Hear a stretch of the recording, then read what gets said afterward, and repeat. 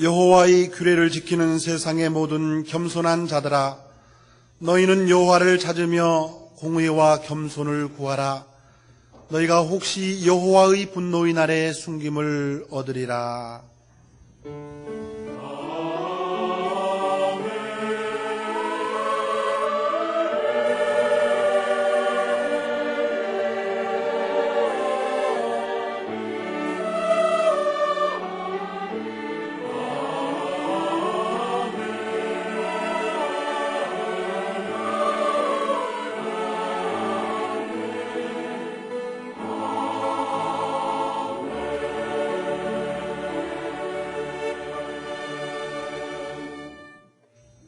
하나님께서 우리에게 주시는 구약의 말씀은 잠언 27장 21절입니다.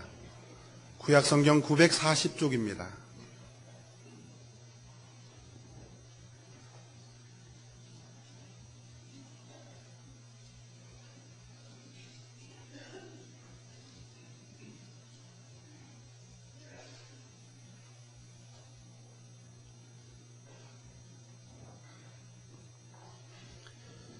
도가니로 은을, 풀무로 금을, 칭찬으로 사람을 실현하느니라.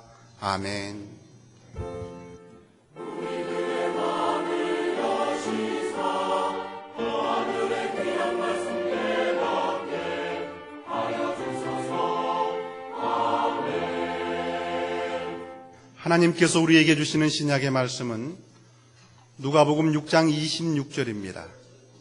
신약 성경 99쪽입니다.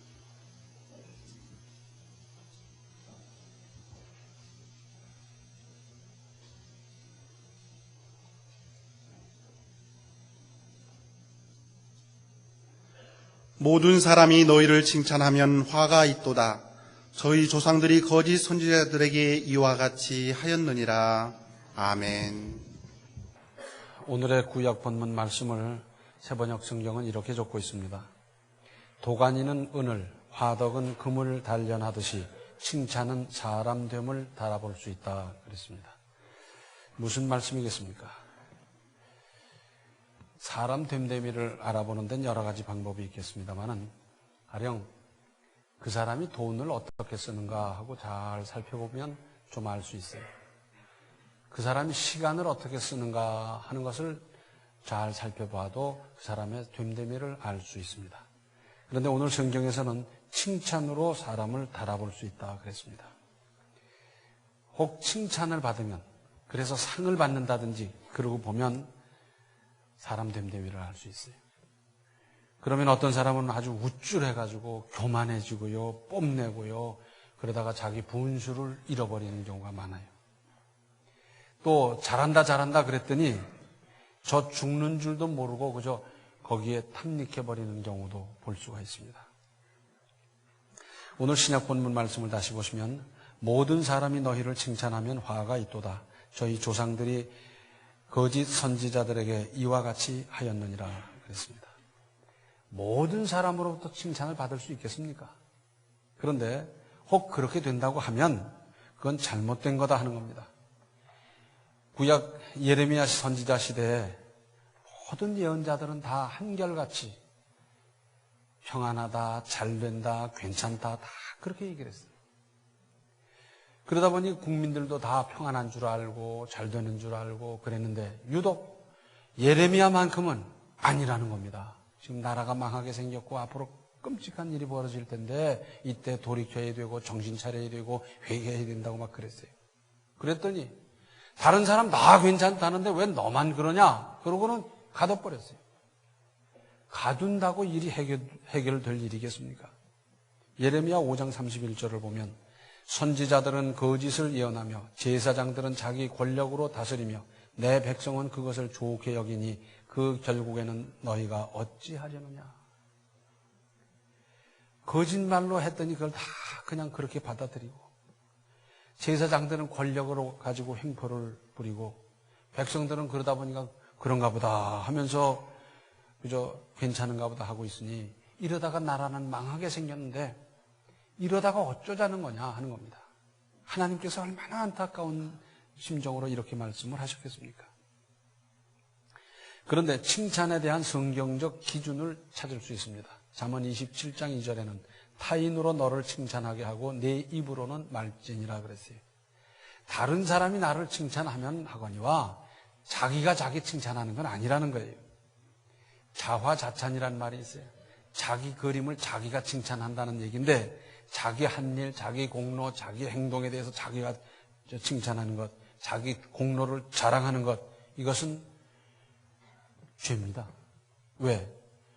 타인으로 칭찬하게 하고 너는 하지 말라고 그랬는데 했으니까 하지 말라는 걸 하는 건 죄 아니겠어요? 죄입니다. 조심할 일입니다. 그런데 사람들은 하나님을 믿으면서도 손에 잡힐 듯이 보이지 않는 하나님을 의식하기보다 사람을 더 의식하는 버릇이 있습니다. 그래서 어떻든지 사람의 인심을 잃지 않으려는 생각부터 먼저 하는 경향이 있습니다. 그런데 결론부터 말씀드린다고 하면 모든 사람으로부터 칭찬 또는 인정을 받는다는 것 자체가 사실은 불가능한 일 아니겠어요? 어떻게 모든 사람으로부터 칭찬을 받겠어요? 그래서 신약 본문에서도 모든 사람으로부터 칭찬받는다면 그렇게 되기도 어렵지만 좌우간 그렇게 됐다고 하면 화가 있다는 겁니다. 잘못됐다는 거죠.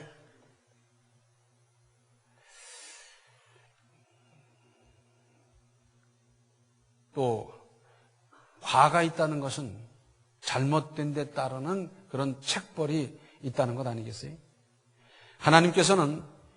하나님께는 인정을 받지만 사람들에게 극단적으로 부인당하는 경우가 순교 아니겠습니까? 반면에 사람들에게는 인정받으나 하나님께로부터는 인정받지 못하는 경우가 있습니다. 그래서 술 잘 먹고 놀기 좋아하고 춤 잘 추고 노래 잘하고 막 이러는 사람들, 돈 잘 뿌리고 막 그러는 사람들, 사람들은 그런 사람 좋아하고요, 따르고요, 친구가 많이 이제 생겨나고 그럽니다. 그러나 이런 사람은 이미 하나님으로부터는 이제 심판받은 존재고 멸망과 지옥이 기다리고 있을 뿐입니다. 정치하는 사람들, 특히 우리나라의 정치인들은 모든 사람의 칭찬을 받고 인심은 하나도 잃지 않으려 하고 당장에 무슨 문제는 적당히 비켜가려고 하다가 결국은 자신은 물론 모두에게 불행한 결과를 초래하고 있지 않습니까? 욕을 먹더라도 또 무슨 수모를 당하더라도 제대로 해결하고 넘어가야 되겠다 이렇게 생각하기보다는 슬쩍 그저 피해가고 그때마다 그저 미봉책으로 넘겨버리고 이렇게 하다가 자신은 물론이고 주변 여러 사람까지 불행하게 만들지 않습니까? 사람이 다른 사람의 평판이나 여론을 무시하며 살아갈 수 없습니다. 그래서 여론도 좀 살피고 다른 사람이 나에 대한 평판이 어떤가 그걸 참작해서 내가 고칠 건 고치고 받아들일 건 받아들이고 하면서 그렇게 살아야지요. 그러나 거기에 줏대 없이 끌려다닐 수는 없는 일 아닙니까? 또 하나님의 뜻을 따라 믿음으로 여론을 선도해야 하는 것이 우리 그리스도인의 사명 아니겠습니까? 오늘날의 아르헨티나 사태가 다른 나라 아닌 우리나라에게까지 부담이 될까 걱정됩니다. 그 여파로 말미암아 우리나라 경제도 지금 어려운데 우리나라에 무슨 부담이 된다면 그래서 흔들린다면 얼마나 어려워지겠습니까? 그런데 그 아르헨티나는 어쩌다가 저 지경이 됐습니까? 저는 아르헨티나 자세히는 모르지만 조금 들여다봤어요. 그런데 아르헨티나가 왕년에는 아주 잘 살던 나라였습니다. 나라도 크고요, 지하자원도 풍부하고요, 인구도 적당하고요, 기후도 좋고 아주 풍족한 나라였어요. 그런데 저렇게 돼버렸어요. 아르헨티나 가보면 잘 살았던 흔적들이 있어요. 그 중에 예를 하나 든다고 하면 우리 천안보다 훨씬 작은 소도시에도 오페라 하우스가 있어요. 오페라라고 하는 것은 하루아침에 만들어지는 게 아니잖아요. 그만한 문화적인 바탕이 있고 축적된 문화적인 역량이 있을 때 되는 건데 그 소도시에도 오페라 극장이 있을 만큼 그만큼 살았던 나라예요. 그런데 어쩌다가 저 지경이 됐는가? 사람마다 보는 각도가 다 다를 수 있겠습니다만 제가 보기엔 그래요. 인기 때문에 저렇게 됐어요. 정치하는 사람들이 국민한테 인기를 얻기 위해서 그저 나라 경제가 어떻게 되든지 나라 장래가 어떻게 되든지 이런 생각도 안 하고 이제 인기에만 영합해서 인기 전술만 썼어요. 그러다 보니 그게 표가 되고 그리고 당선되고 대통령이 되고 대통령 재선되려니 또 인기 정책을 쓰고 그러다 보니 나라는 결단이 나고 말았어요. 앞으로 누가 집권을 하더라도 누가 욕을 먹어가면서 그렇게 강력하게 집행할 수 있는 여건이 되어 있지도 않고 해서 이 여파가 어디까지 갈지 언제쯤 가야 수습이 될지 참 이거 안타까운 일입니다. 왜 우리가 걱정해야 되냐면 그 여파가 우리에게 미칠까 봐 그러는 거예요, 사실은. 그런데 인기 좋아하다 저 지경이 되고 말았어요. 우리는 좀 깊이 생각하며 살아야 합니다. 그래서 믿음으로 살아야 하는 것이고 미래를 내다보며 역사 앞에서 살아야 합니다. 하나님과 역사의 평가를 바라보면서 오늘을 살아야 되지 않겠습니까? 10년, 20년, 아니 100년을 내다보면서 지금 당장은 인심을 잃고 혹은 욕을 먹고 소외당하는 일이 있다 하더라도 해야 되지 않겠습니까? 이렇게 이런 각오로 이런 자세, 이런 믿음으로 살아온 사람은 어떠했습니까? 마태복음 5장 11절과 12절을 보면 나를 인하여 너희를 욕하고 핍박하고 거짓으로 너희를 거스려 모든 악한 말을 할 때에는 너희에게 복이 있나니 기뻐하고 즐거워하라. 하늘에서 너희의 상이 큼이라. 너희 전에 있던 선지자들을 이같이 핍박하였느니라. 지금 당장은 핍박을 받지만 오히려 그것이 상이 되고 그리고 그것이 살 길이요 진리고 우리가 생명을 걸고 지켜나가야 될 길이기 때문에 핍박을 받아가면서 우리의 믿음의 선진들은 지켜나갔더라 하는 것입니다. 그리고 그렇게 했을 때 하나님의 상이 크고 그렇기 때문에 오히려 핍박을 기뻐하라고 말씀하고 있습니다. 사도행전 20장을 보면 바울이 이제 제3차 전도 여행을 마치면서 이제는 예루살렘으로 가게 되면 내가 아무래도 체포되고 핍박을 더 크게 받겠다 하는 것을 짐작하게 됩니다. 그때 바울이 밀레도에서 에베소에 사람을 보내 에베소 교회 장로들을 청하고 그들에게 유언과도 같이 이제 여러 가지를 일러줍니다. 그런데 그때 남긴 말씀 사도행전 20장 22절로 24절에 보라 이제 나는 심령의 매임을 받아 예루살렘으로 가는데 저기서 무슨 일을 만날는지 알지 못하노라. 오직 성령이 각 성에서 내게 증거하여 결박과 환난이 나를 기다린다 하시나 나의 달려갈 길과 주 예수께 받은 사명 곧 하나님의 은혜의 복음 증거하는 일을 마치려 하면은 나의 생명을 조금도 귀한 것으로 여기지 아니하노라. 자, 체포될 것 뻔한데 그럼에도 불구하고 하나님께서 가라 하니까 그 길을 가는 것이고 그래서 마침내 내가 이제 세상을 마쳐야 된다고 하면 그것도 하겠다는 겁니다. 그 길로 가다가 이제 가이사라에 갔습니다. 그랬더니 가이사라에 있던 성도들이 맞이하면서 이분들은 기도하는 가운데 바울이 체포될 걸 알고 있었어요. 그러다 보니까 아마 얼마나 만류를 했겠습니까? 아마 그랬을 겁니다. 선생님 이제 고생 그만하시고 지금까지 죽을 고비를 얼마나 넘겼습니까? 이제 여기 계셔서 이제 복음 사역하시고 복음 전도하고 역사하시고 하십시오. 그랬을 거예요. 자, 바울이 체포될 걸 아는 분들이 만류하는 그들의 심정은 어떠했겠어요? 선생님이 살아 계셔야 더 많은 사람에게 복음을 전하고 큰 역사도 이루지 않겠습니까? 그러니까 어쩌든지 예루살렘 가는 걸 피하시고 여기 계셔서 역사하십시오. 그랬을 거예요. 그런데 바울은 그 만류를 듣지 않습니다. 사도행전 21장 13절과 14절에 바울이 대답하되 너희가 어찌하여 울어 내 마음을 상하게 하느냐. 나는 주 예수의 이름을 위하여 결박받을 뿐 아니라 예루살렘에서 죽을 것도 각오하였노라. 하니 저가 권함을 받지 아니하므로 우리가 주의 뜻대로 이루어지이다 하고 그쳤노라. 울면서 만류하는데 하나님의 뜻이기 때문에 가서 체포되고 핍박받고 죽는 한이 있어도 나는 그 길을 가야 되겠다 하는 것입니다. 그러면 바울은 실패했습니까? 아니지요.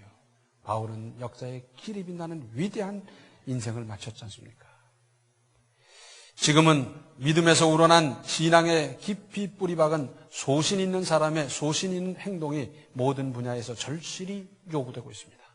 정치 분야에서 믿음의 소신이 확실하게 역사하는 사람.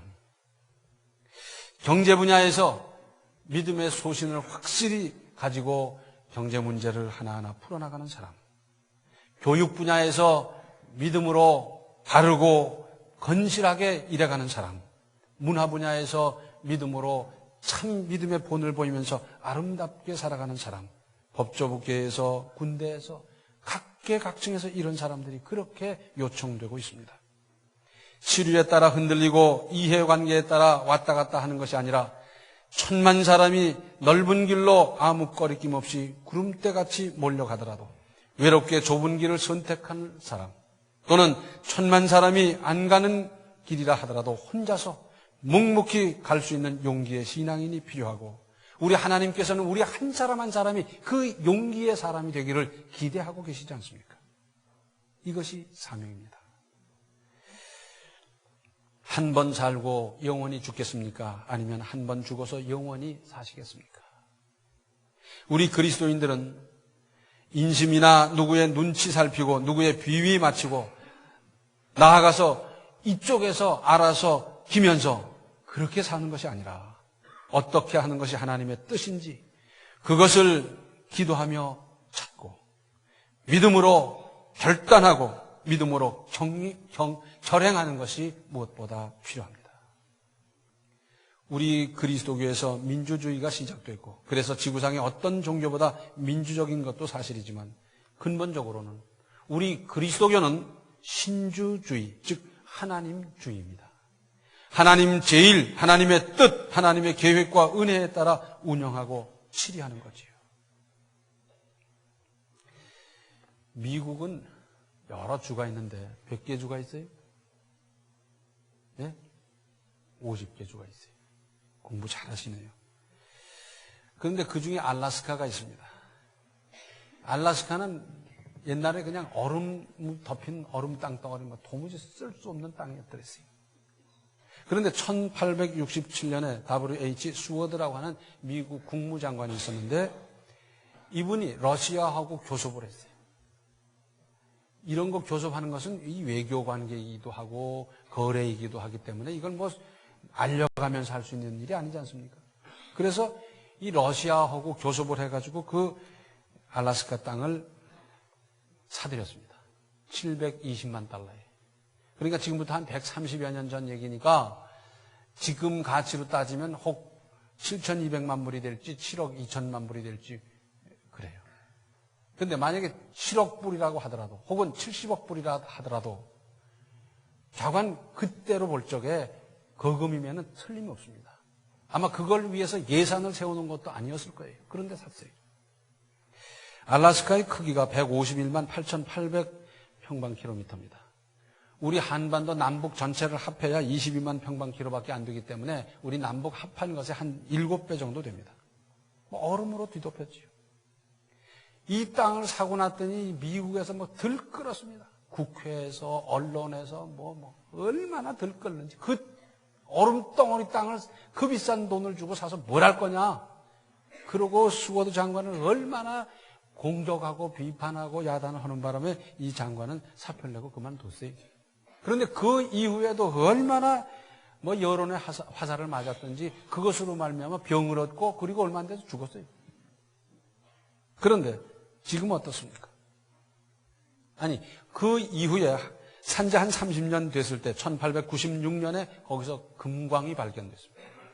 그러다 보니까 그 골드러시라고 그러지 않습니까? 금광을 찾아서 많은 사람들이 그리로 집중됐었고요. 또 한 100년쯤 후인 1961년에는 세계 최대의 유전이 발견됐습니다. 중동 지방에 있는 그런 유전하고 비교도 안 되는 세계 최대의 유전이 발견됐어요. 그리고 그냥 내버려 둔 게 아닙니다. 그래서 먼 얼음으로 꽁꽁 언 그 알래스카에서부터 이 석유 파이프를 연결해가지고 카나다를 지나서 미국까지 쭉 연결했어요.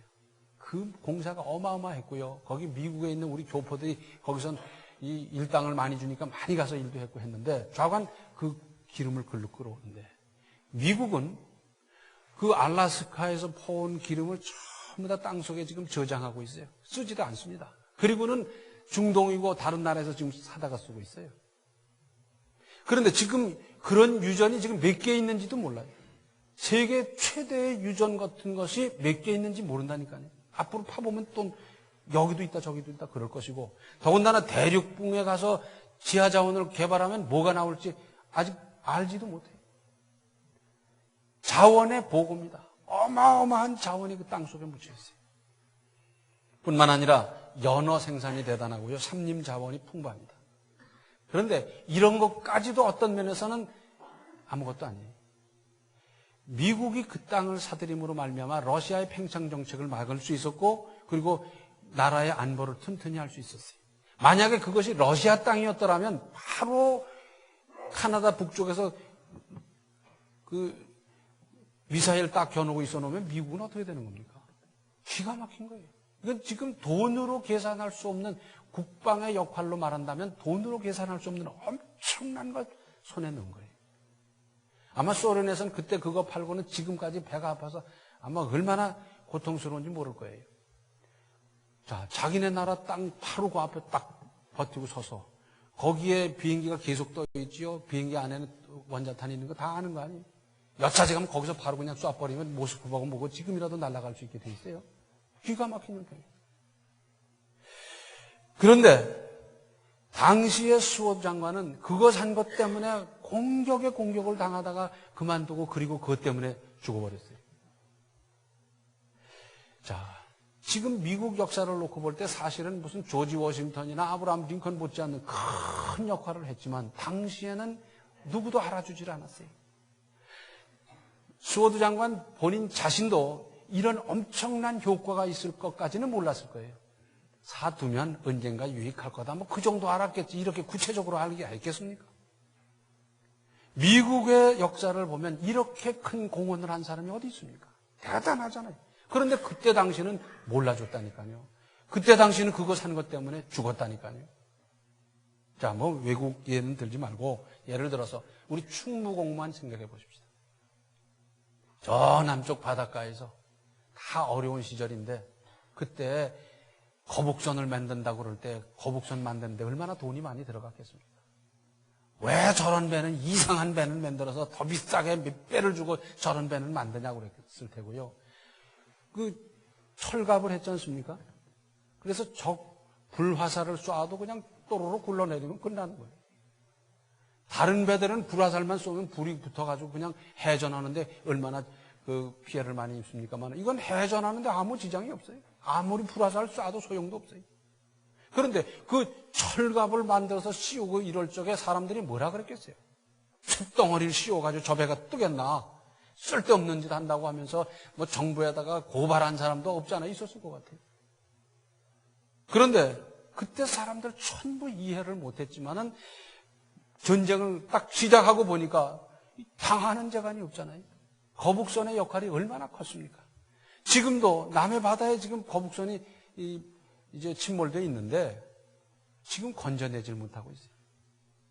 거북선에 대한 관심은 우리나라 사람보다 일본 사람이 더 많아서 일본 사람들이 자기들이 그걸 갖다가 발굴하겠다 하니까 자존심 때문에 그러고 있는 상태예요. 그러나 그때 당시 배를 만들 당시 사람들이 얼마나 이해를 했겠습니까? 이상한 짓 한다고 그러고 돈 드는 짓 한다고 그러고 쓸데없는 짓 한다고 그러고 얼마나 비난을 했겠습니까? 거듭 말씀드립니다. 모든 사람의 칭찬 자체가 불가능합니다. 나라에서 정책을 세워도 모든 사람이 다 찬성할 만한 정책이 있을 수 있겠습니까? 한두 사람은 이해관계에 따라 반대하는 사람, 싫다는 사람들도 얼마든지 있을 수 있는 일이지 어떻게 모든 사람의 칭찬을 받을 수 있겠어요? 그럼에도 불구하고 모든 사람의 칭찬을 받을 수 있다는 생각을 하면서 그 모든 사람의 칭찬을 받으려고 하면서 잘못 결정하고 잘못 정책 만든 것 때문에 우리는 이렇게 많은 고통을 겪고 있지 않습니까? 야고보서 4장 4절 하반절 말씀을 사본역 성경은 이렇게 적고 있습니다.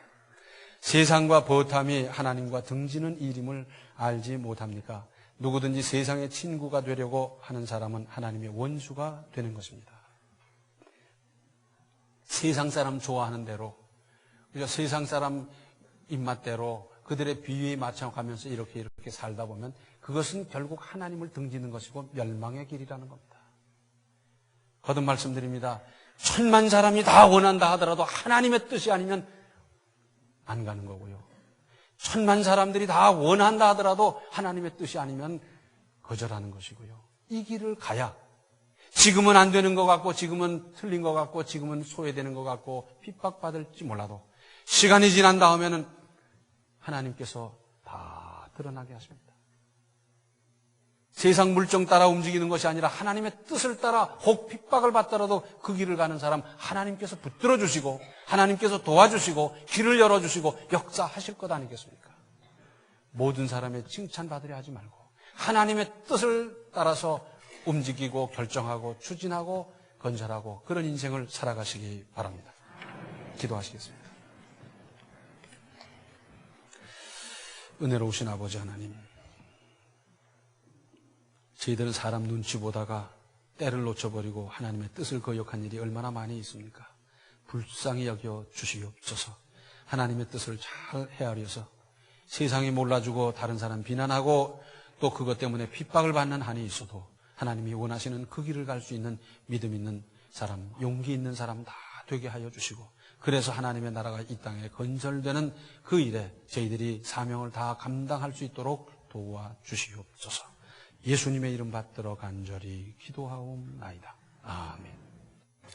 여러 사람의 인정과 칭찬보다 하나님의 인정을 받아야 합니다. 지금은 생명의 주 예수 그리스도의 은혜와 하나님 우리 아버지의 극진하신 사랑과 성령의 감화 감동 충만 교통하심이 하나님의 인정을 하나님의 칭찬을 받으며 살기로 작정하는 모든 성도들 머리 위에 이제로부터 영원토록 함께 계시기를 간절히 축원하옵나이다. 아멘.